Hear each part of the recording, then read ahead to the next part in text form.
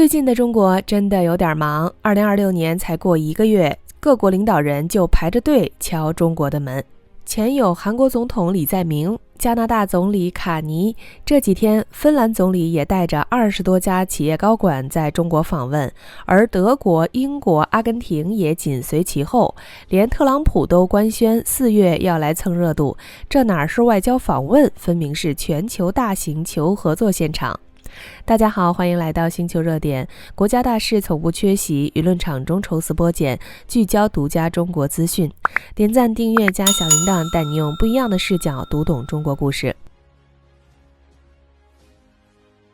1月25日，芬蘭總理奧爾波踏上北京的土地，開啟了為期4天的訪華行程。這可是時隔近9年，芬蘭總理再次訪華，誠意直接拉滿。而最顯眼的是他身後的豪華代表團，20多家芬蘭企業高管扎堆隨行，覆蓋機械、森林工業、清潔能源、食品等芬蘭的優勢領域，活脫脫一支經貿遠征軍。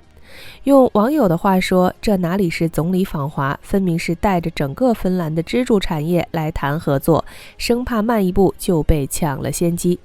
芬蘭這波操作說白了就是帶着訴求來，揣着訂單回。作為北歐5國之一，芬蘭過去10年和中國的合作訴求積壓了不少，這次終於等到機會集中落實。更關鍵的是，芬蘭2023年剛加入北約，本以為終於綁在了美國的戰車上，結果呢，特朗普上台後動輒拿盟友敲竹槓，讓芬蘭徹底看清了現實。特朗普那套順我者昌，逆我者亡的邏輯，把歐洲折騰得苦不堪言。質疑他的格陵蘭島計劃，就威脅加徵10%關稅，把歐洲主權當籌碼隨意拿捏，誰看了不心寒？與其被美國牽着鼻子走，不如主動找條靠譜的後路。作為全球第2大經濟體，中國不僅有超大規模的消費市場，更有完整的產業鏈、供應鏈，剛好適配歐洲經濟復甦的需求。就拿芬蘭的清潔能源產業來說，中國清潔能源市場正在快速擴張，芬蘭的傳播動力技術、清潔能源設備在這裡能找到廣闊的應用場景，雙方合作簡直是門當戶對。據中國商務部消息，此次訪問期間，雙方不僅會簽署合作備忘錄，企業層面也將敲定多項商業協議。當然，芬蘭訪華的背後還藏着一個小心思，給北歐夥伴試水。這在歐洲外交圈是心照不宣的潛規則，向來有大國定調、小國試水的慣例。芬蘭既是北約新成員，又在北歐陣營握有重要話語權，這次頂着壓力訪華，就是要趟出一條對華務實合作的路徑，給丹麥、瑞典這些有顧慮的國家當參考樣本，幫他們摸清中方的合作底線。小編猜測，等芬蘭這波合作落地見效，用不了多久，丹麥、瑞典等國的訪華行程就會提上日程，歐洲訪華潮還會持續升溫。除了芬蘭，其實最近整個西方世界都在忙着給中國遞橄欖枝，各種罕見讓步輪番上演。英國突然批准了中國大使館的擴建計劃，要知道此前這類項目往往會被百般刁難，如今主動放行，態度轉變顯而易見。德國更實在，悶聲把中國電動車納入本國購車補貼名單，打破了此前對中國車企的隱性壁壘。畢竟大眾 BBA 的電動車轉型離不開中國產業鏈的支持。最絕的是阿根廷直接對中國電動汽車實施零關稅，大門敞開的讓你懷疑人生，就差把求合作3個字寫在臉上。而這些讓步的背後，則是全球貿易格局的悄然轉變。過去幾十年，全球貿易劇本由美國書寫，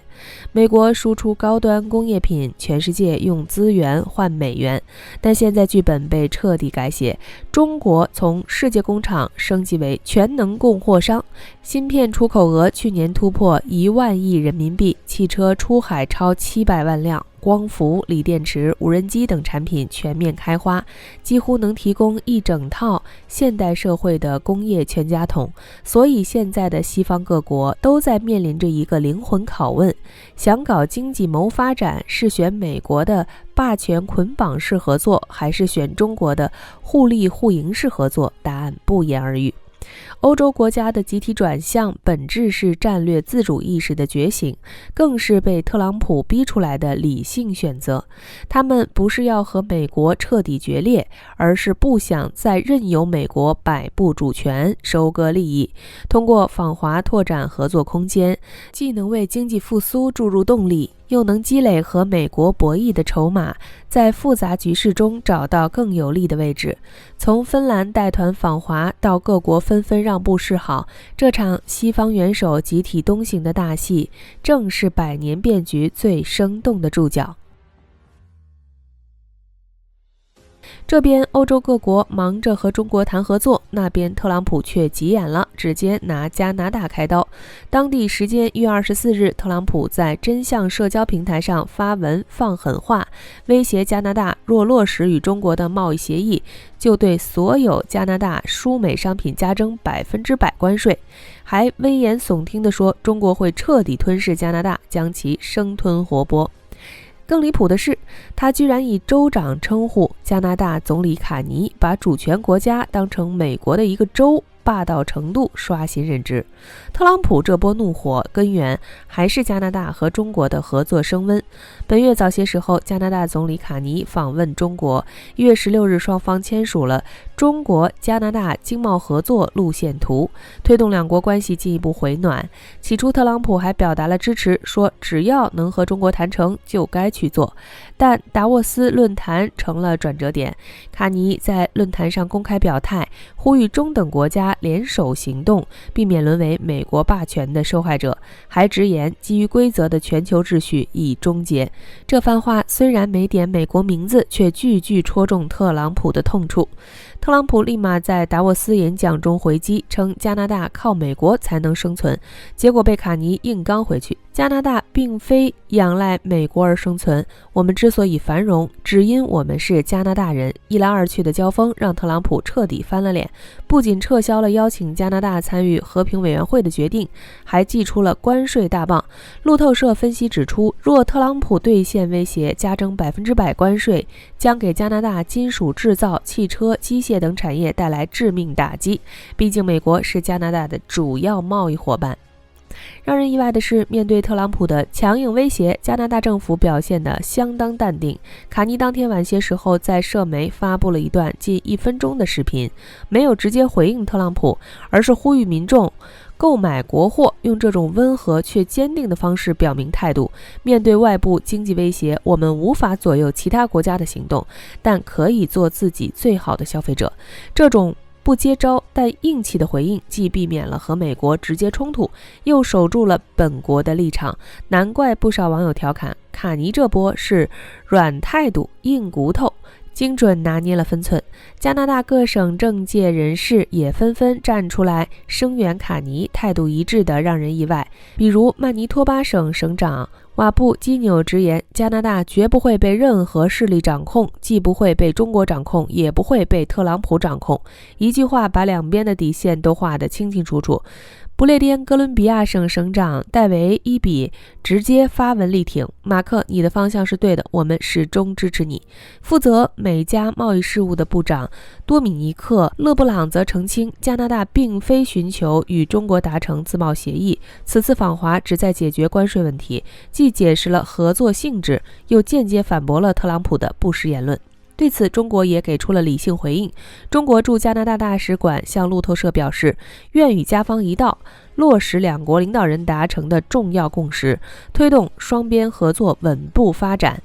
其實明眼人都能看出來，中加合作是互利共贏的。中國是加拿大僅次於美國的第2大貿易夥伴，雙方在農產品、能源、科技等領域的合作空間廣闊。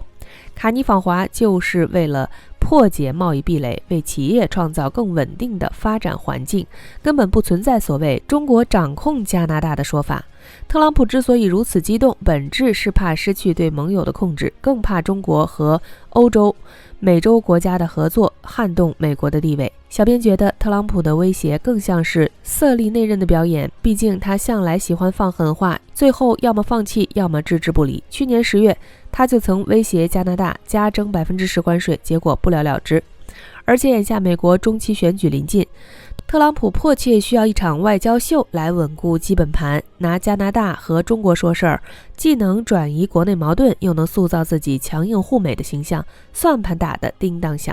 更關鍵的是，加拿大的態度已經很明確，不會被任何國家拿捏。在特朗普的施壓下，加拿大反而更清楚地認識到，不能把雞蛋放在一個籃子裡，拓展對華合作是保障經濟韌性的必然選擇。這場由中加合作引發的摩擦再次證明了一個道理：全球貿易格局早已不是單極主導，各國都在追求戰略自主，靠威脅和霸凌維繫的霸權注定無法長久。西方元首集體訪華的熱潮就是最好的證明，合作共贏才是大勢所趨，逆潮流而動只會自食惡果。好啦，今天的內容到這裡就結束了。如果你喜歡小編的影片，還請大家多多點讚轉發，讓更多的人一起見證中國進步。關注我的頻道，這樣既能回顧往期視頻，又不會錯過之後的精彩內容。那我們下期節目不見不散。